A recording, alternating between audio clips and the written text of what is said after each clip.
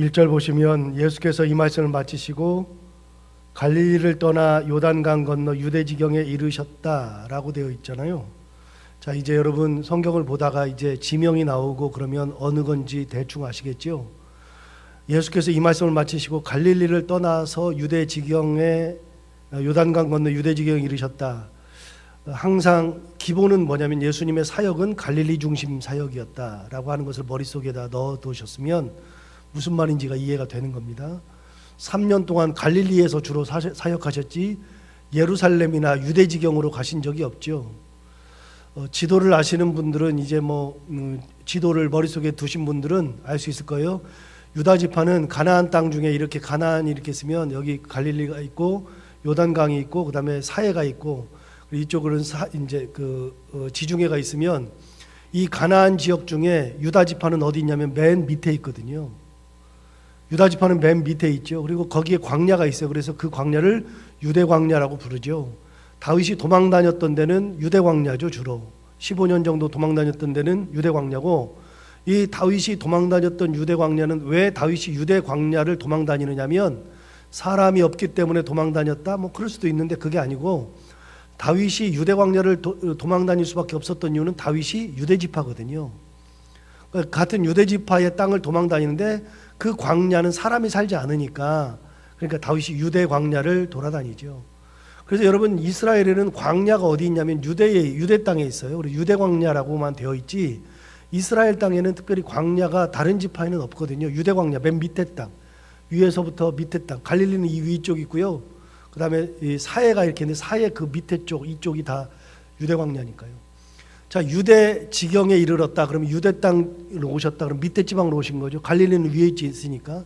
그러니까 예수님의 3년 사역에서 주로 갈릴리에 계시다가 오늘은 어디로 오셨느냐? 유대 요단강 건너편 유대 지경에 이르셨다. 그러니까 예루살렘에 올라오신 것을 이제 알 수 있죠. 이렇게 해서 예수님이 한번 이제 예루살렘 오시는 것이 마태복음에도 한번 나오죠. 자, 그러면 유대 땅에 오셨어요. 갈릴리 지방에서는 예수님의 소문이 많이 났어요. 그래서 사람들이 많이 몰려들었죠. 그러면 유다 땅에서는요.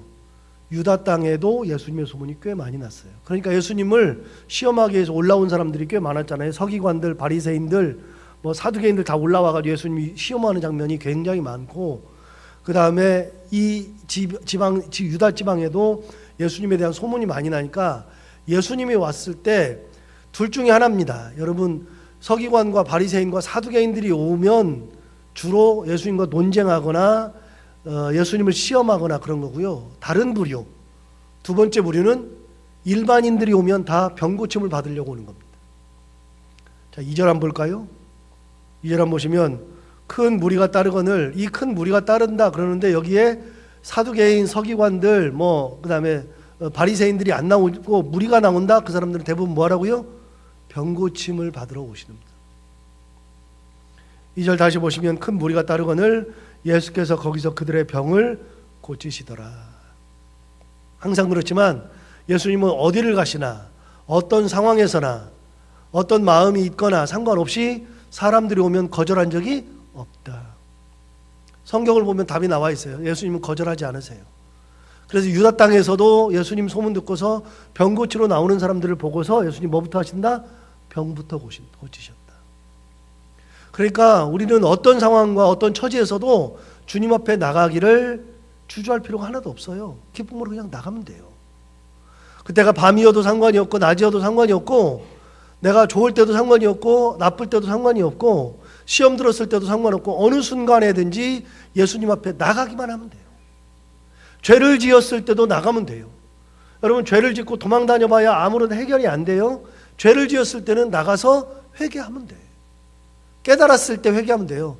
깨닫지 못할 때가 있어요. 그러나 깨달으면 나가서 회개하면 돼요. 주님은 다 받아주세요. 회개하는 사람을 받으시고, 아픈 사람을 치료하시고, 마음에 상처 있는 사람들을 보듬으시고 위로하시고 만져주시고 하시는 놀라운 은혜가 예수님 앞에 다 있어요. 그래서 우리는 언제든지 예수님 앞에 나가면 되죠. 어렵다 그랬어요. 뭐가 어렵냐?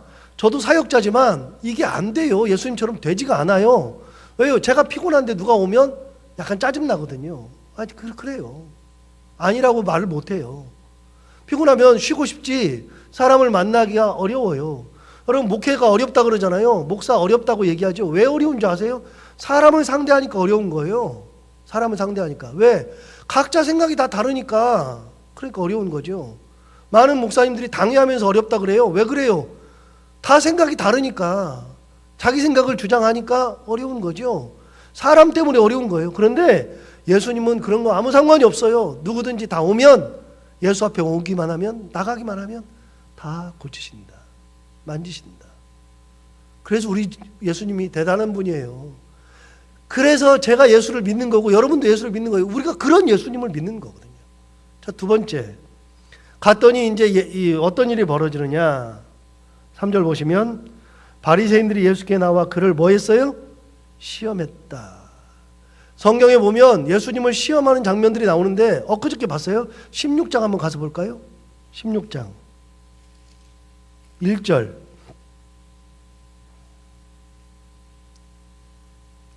16장 1절에 가면 바리새인과 서두개인들이 와서 예수를 시험하여 하늘로부터 오는 표적 보이기를 청하였다. 바리새인과 사두개인들이 왔다. 어디까지 온 거예요? 이거는 갈릴리까지 온 거예요. 갈릴리까지. 원정 온 거예요. 원정 와서 시험했던 사람들이죠. 그런데 오늘 다시 가서 보시면 19장 3절 보시면 누가 찾아왔어요? 바리새인들이 찾아왔어요. 당시에 종교 지도자들이라고 하는 바리새인들이 또 찾아와서 예수께 나와서 그를 시험했어요. 22장으로 한번 가볼까요? 22장.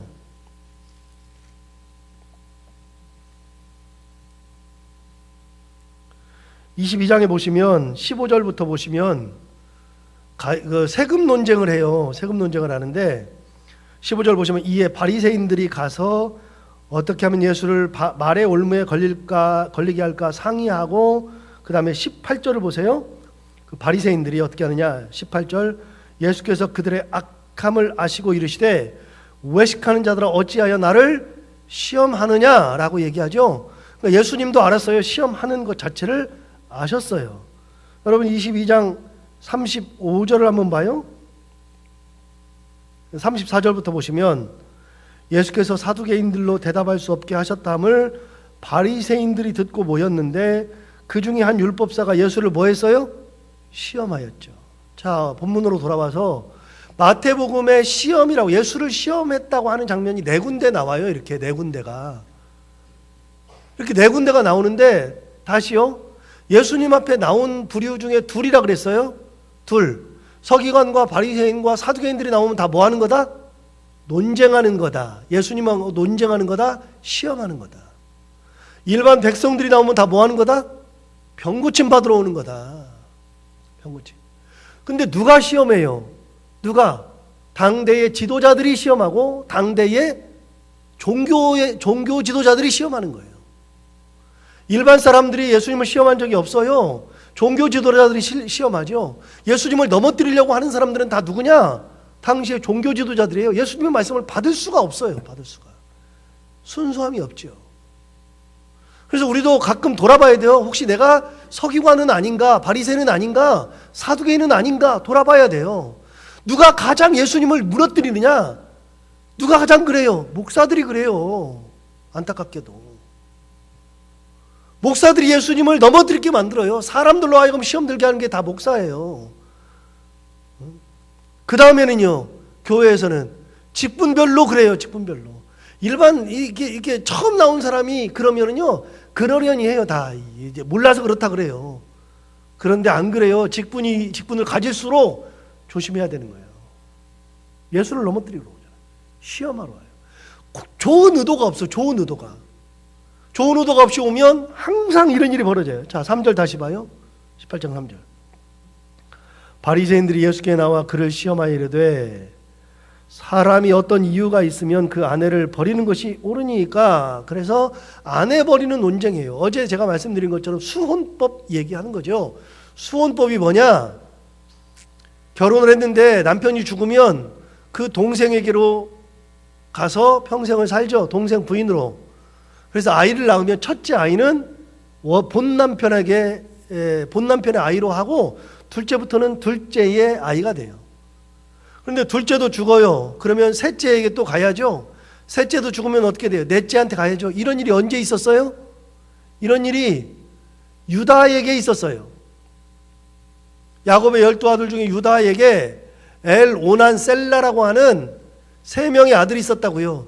그런데 엘오난 셀라가 있는데 그 중에 다말이라는 며느리가 있었는데, 며느리가 큰아이랑 결혼했는데 큰아이가 하나님 앞에 악해서 죽었죠. 그러니까 어떻게 됐어요? 둘째에게 갔어요. 오난에게 갔어요. 그런데 오난은 그 아이를 낳으면 형한테 가야 되니까 그게 싫어서 관계를 하다가 사정할 때 땅에다가 사정을 했어요. 하나님이 악하니까 어떻게 했어요? 오난을 죽였죠. 그러니까 유다 생각에는 이 며느리가 자식들 다 잡아먹네. 그래서 셀라에게 줘야 되는데 분명히 이 아이도 죽을 것 같으니까 네 친정 가 있어라. 그래놓고 시간이 지나도 부르질 않아요. 불러가지고 셀라에게 가야 되는데, 그러니까 다말이 머리 써가지고 창녀로 분장해가지고서 유다랑 관계 맺어서 그런 장면이 나오죠. 그래서 낳은 아들들이 있어요. 그 아들들이. 그래서 잘못된 거죠. 이런 것들이 구약 시대에 있었다고. 이걸 뭐라 그러냐? 수혼법이라고 그래요. 수혼법. 그걸 가지고서 예수님을 시험하는 장면이 나오죠. 자, 3절 다시 봐요. 또 한 가지. 자, 3절에 보시면 바리새인들이 예수께 나와 그를 시험하여 이르되 사람이 어떤 이유가 있으면 그 아내를 버리는 것이 옳으니까, 이런 수혼법을 가지고서 버리는 경우 아내를 버려버리죠. 또 한 가지는 자기가 살다가 그 여자가 싫어지면 또 버리는 경우. 여러 가지 이유를 가지고서 이스라엘 사람들이 아내를 막 버렸어요. 이렇게 버렸어요. 그러니까 그게 옳습니까? 자, 예수님 뭐라고 대답하나 볼까요? 예수께서 대답하여 이르시되 사람을 지으신 이가 본래 그들을 남자와 여자로 지으시고 말씀하시기를 그러므로 사람이 그 부모를 떠나서 아내에게 합하여 그 둘이 한 몸이 될지니라 하신 것을 읽지 못하였느냐. 그러니까 이유만 있으면 버리려고 그래요. 무슨 이유만 있으면 딱 버리려고 그래. 그 부인을 버리려고 그러니까 예수님 뭐라 그러냐면, 아니다, 하나님이 만드신 것은 사람을 만드실 때 남자와 여자로 만드시고 그 둘이 부모를 떠나서 합하여서 한 몸이 될지니라 그랬다. 하나다, 이렇게 얘기했어요. 하나다. 창세기 2장에 있는 말씀이죠. 6절 그런즉 이제 둘이 아니요 한 몸이니 그러므로 하나님이 짝지어 주신 것을 사람이 나누지 못할지니라 그랬어요. 하나님이 짝지어 준 것을 사람이 못 나눈다는 거예요. 그래서 주례할 때, 제가 주례할 때는 다른 목사님들도 그런 분들이 많기도 하고 그러지만, 제가 주례할 때는 꼭 이 말을 꼭 넣어요. 하나님께서 짝져 주신 것을 사람이 나누지 못할지니라. 주례 맨 마지막에 이걸 선포해요. 사람이 못 나눠요. 그런데 그들은 하나님의 뜻과 상관없이 버린단 말이죠. 당시에 예수님은 굉장히 과격했어요. 여러분, 어제도 말씀드렸지만 예수님은 굉장히 과격해요. 혁명적이에요. 받아들일 수 있는 게 아니에요. 그런데 예수님이 왜 과격하다고 느껴지느냐면, 우리들이 그렇게 생각을 안 하기 때문에 그러는 거예요. 예수님은 뭔 얘기를 하고 있냐면, 뿌리를 건드리는 거, 뿌리. 하나님이 만든 그 뿌리가 뭐냐? 율법의 뿌리가 뭐냐? 율법이라고 하는 것을 주신 이유가 뭐냐? 사람들은 율법을 가지고서 율법을 지켜야 되겠다고 생각하다가 진정한 의미를 잊어버려요. 하나님을 진짜 사랑해야 되기 때문에 율법을 주신 것을 몰라요. 자, 예를 많이 들었지만 똑같은 예를 들어요. 여러분, 내 자식은 내가 통제를 해요. 내 자식은 내가 법을 만들어줘요. 저 같은 경우는 몇 시까지 들어와라, 이게 있어요. 23살 먹은 남자이지만 지금도 몇 시까지 들어와라가 있어요. 고등학교 때는 9시, 무조건 9시. 뭐 하늘이 두 쪽 나도 9시. 유학하다가 와가지고서 아빠 시간 좀 늘려주세요 그랬더니, 몇 시까지 들어오길 원하냐 그랬더니 많이 늘려줄수록 좋대요. 안 된다. 그래가지고 타협했더니 내가 9시 반 그랬더니, 아빠 째째하게 9시 반이 뭐예요? 30분 늘려주는 게 뭐예요? 1시간 늘려주세요. 그래서 제가 1시간 늘려줬어요. 10시. 근데 이번에 와가지고서는 아빠 시간 좀 늘려주세요. 안 된다 그랬더니 제가 나이를 먹을 만큼 좀 먹어서 네가 나이를 먹어봐야 얼마나 먹냐 그랬더니 그래도 늘려주세요. 그래서 제가 늘려줬어요. 그럼 10시 반 그랬더니 아빠 째째하게 30분이 뭐예요? 그럼 11시. 지금도 11시예요. 우리 아이들 11시예요. 절대로 11시예요. 늦으면 불같이 화를 내요. 그러니까 뭐 아파트 저기 복도 띄워놓은 소리가 다다다다다 들려요. 꼭 좀 일찍 오면 좋은데 그 시간 맞추려고 다다다다다다 와요. 그래가지고 뭐 이거를 그 벽놓기 할 때도 그냥 따다다다닥 눌러가지고 막 어떤 더 안 열려 혼나죠. 제가 보고서 1초만 늦어도 약속을 어겼다고 뭐라고 하거든요. 여러분 왜 그래요? 내 자식이니까 그러는 거예요. 율법을 왜 줘요? 얘가 율법을 이렇게 법을 주지 않으면 시간이 한없이 늦춰져가지고 뭐래요? 범죄하잖아요. 범죄하고 나태하고 삶이 어그러지니까 아들이니까 그러지 말라고 시간을 정해주는 거예요. 그런데 우리 아이는 뭔 생각만 하느냐? 아버지가 나를 통제한다고만 생각해. 맞아요? 예, 통제하지요. 그런데 왜 통제를 해요? 사랑하기 때문에 통제하는 거예요. 율법을 왜 줘요? 하나님께서 율법을 주신 이유는 그들을 사랑하기 때문에 그러는 거예요. 이걸 지키면서 하나님의 은혜 가운데 살으라고, 죄 짓지 말라고 이스라엘 백성들 외에 다른 민족에게는 율법을 주신 적이 없어요. 놀랍게도. 그런데 여러분, 제가 이 성경을 말씀드릴 때 계약에 대해서 말씀드린 적이 있는데, 계약, 어떤 계약이냐? 하나님과 우리가 계약을 맺었다 그래요. 그걸 카버넌트라 그러는데, 카버넌트라고 하는 그 의미는 완전히 다른 건데, 그건 뭐 다 설명할 수가 없지만, 여러분, 카버넌트 계약을 맺을 때 누가 맺었냐면, 최초로 맺은 게 누구냐면 아브라함이거든요. 아브라함이 언제 맺었어요? 아브라함이 하나님과 1대1의 계약을 맺었다고요. 하나님이 부르셔가지고 그러면서 너는 내 아들, 나는 너의 하나님, 1대1의 계약을 맺었다고요. 이게 어디로 발전하느냐? 시내산에 가서 율법을 받으면서 1대1의 계약이 1대 민족의 계약으로 바뀌었어요. 시내산 계약이라 그래요. 그거를 아브라함 언약, 시내산 언약. 시내산에서 언약을 맺었어요. 그게 뭐예요? 하나님이 십계명 주시면서 이제부터 너희들은 내 백성, 나는 너희들의 하나님. 옛날에 아브라함에게 주셨던 그 언약과 똑같은 거예요. 구조가. 이제부터 이 율법을 지키고 살아. 그리고 나중에 이스라엘 백성들이 가나안 땅을 정복하고 난 다음에 여호수아가 어떻게 했어요? 죽기 바로 직전에 세겜에다가 사람들을 불러 모아놓고 오직 나와 내 가족은 하나님만 섬기겠다. 너희는 어떻게 할지 택하라. 그러면서 계약을 갱신한 게 나오죠. 여호수아 24장에 그게 뭐예요? 계약 갱신. 여호수아 계약 갱신. 여러분 계약이라는 게 뭐예요? 하나님과 내가 하나가 되었다라는 계약을 계속하는 거예요. 언제요? 율법을 지키면서. 율법은 통제를 위한 수단이 아니라 하나님을 하게끔 하기 위한 수단으로 주신 것이 율법이에요.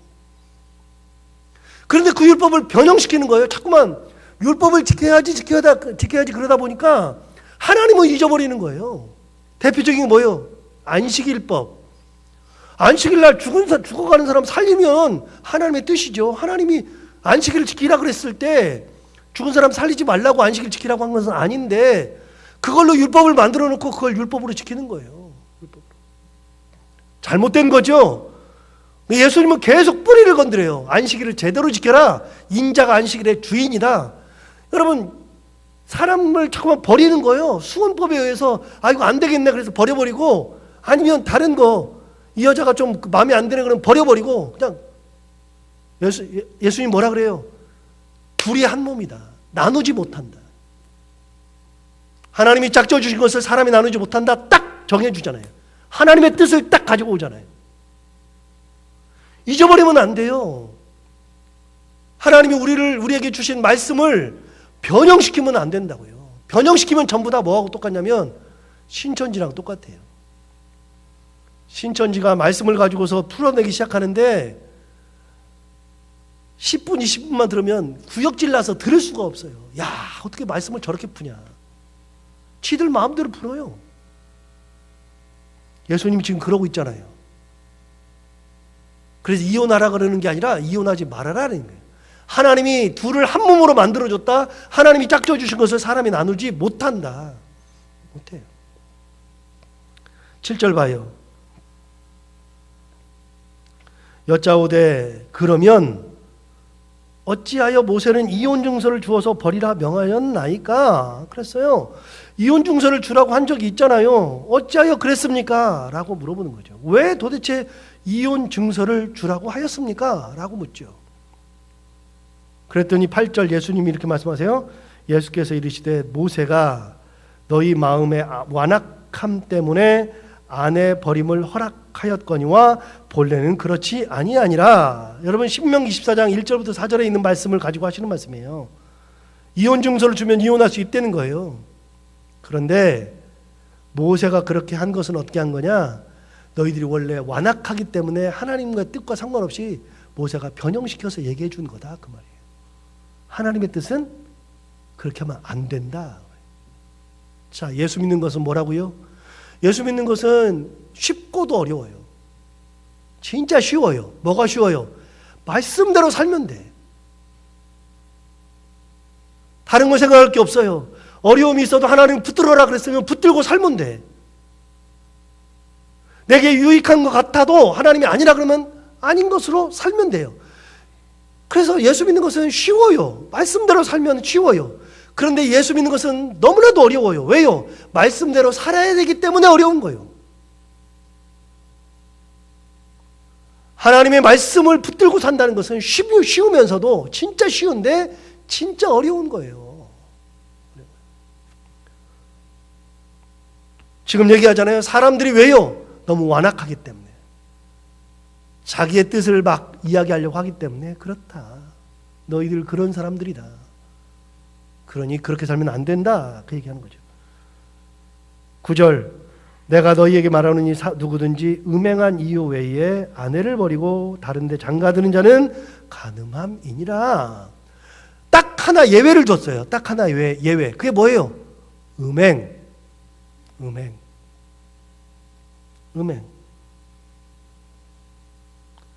음행한 이유 외에 아내를 버리고 다른 데 장가드는 자는 그 사람도 참 간음합니다. 하나님의 율법을 어기는 거다. 그러니까 딱 하나 예외예요. 음행이라고 하는 거. 그랬더니 10절 보세요. 재밌는 게 나와요. 이제 제자들이 또 한 걸음 더 나가죠. 제자들 참 재밌어요. 예수님한테 이렇게 얘기해요. 10절에 제자들이 이르되 만일 사람이 아내에게 이같이 할진대 차라리 장가들지 않는 것이 좋겠나이다. 예수님 너무 어려워요. 이게 말이 안 돼요. 지금 우리가 이렇게 살았어요. 막 이혼 증서도 주고 버리기도 하고 지금까지 이렇게 살았어요. 예수님 못하게 하는데 그럼 차라리 장가를 들지 말까요? 이렇게 한 걸음 더 나가죠. 꼭 이런 사람들이 있죠. 그랬더니 예수님 뭐라 그래요? 11절 예수께서 이르시되 사람마다 이 말을 받지 못하고 오직 타고난 자라야 할지니라. 장가 안 가는 거는 타고난 사람만 하는 거다. 타고난 사람만. 너네 그러면은 하나 물어볼게요. 제자들이 그랬어요. 예수님 그래 너무 어려우니까 그럼 장가를 가지 말아버리죠 뭐. 그래서 예수님 뭐라 그래? 타고난 자만 장가 안 가도 된다. 그 말은 뭐예요? 너희들은 장가 안 갔다가는 사고 친다 이놈들아. 매 없이 딴 여자 쫓아다닌다. 말도 안 되는 소리를 하는 거예요. 누가 타고났느냐? 12절 보세요. 타고난 사람들이 있어요. 어머니의 태로부터 된 고자도 있고 태어날 때부터 고자로 태어난 아이들은 장가 안 가도 된다. 두 번째, 사람이 만든 고자도 있고 누군가가 자기의 그걸 잘못해서 그렇게 되거나 자기가 그냥 내가 고자를 만들어 버리거나 그런 사람들이 있고 천국을 위하여 스스로 된 고자도 있다. 여러분 내가 하나님의 뜻대로 살아야 되겠다. 내가 다른 거 신경 쓰지 않고 하나님의 뜻대로만 살겠다. 그러고서 스스로 고자를 만들어 버리는 사람도 있고 그러니까 쉽게 말하면 누구만 장가가 된다고요? 고자들만. 일반 사람들은 불가능한 얘기 아니냐. 니들 범죄한다 그 말이죠. 어쨌든 고자들 외에는 안 된다. 그러면서 12절 맨 마지막에 뭐라 그러냐? 이 말을 받을 만한 자는 받을지어다. 여러분 어떻게 살으라고요? 어떻게 살으라고요? 말씀대로 살으라고요. 다른 생각 품지 말고 이 사람들처럼 막 이혼 증서 주고 막 버리고 막 이렇게 하지 말고 하나님의 은혜를 주셨으면 은혜 주신 거에 감사해서 그 말씀대로 살으라고요. 아내를 주셨으면 그 아내에 감사하고 살으라고요. 남편을 줬으면 그 남편에 감사하고 살으라고요. 그럼 내게 주신 은혜를 가지고서 없는 걸 자꾸 보지 말고 그걸 가지고 싸우지 말고 주신 은혜 바라보면서 감사하고 살으라고요. 말씀대로 살면 된다. 항상 예수님 말씀이에요. 그게 쉽고도 어렵지만 이 말씀을 붙들고 살아가는 우리들 모두가 다 되기를 바랍니다. 기도하겠습니다. 하나님 아버지, 이제는 바리새인들이 또 나와서 또 시험하기 시작합니다. 끊임없이 시험 받는데 그런 가운데서도 예수 그리스도께서는 가장 좋은 답을 주십니다. 그 가장 좋은 답이 뭐냐면 말씀대로 하는 겁니다. 우리가 어려움이 처해 있을 때 무엇을 할까 어떻게 할까 답을 찾지만 가장 좋은 답은 말씀이 무엇라고 하는지를 귀 기울이는 겁니다.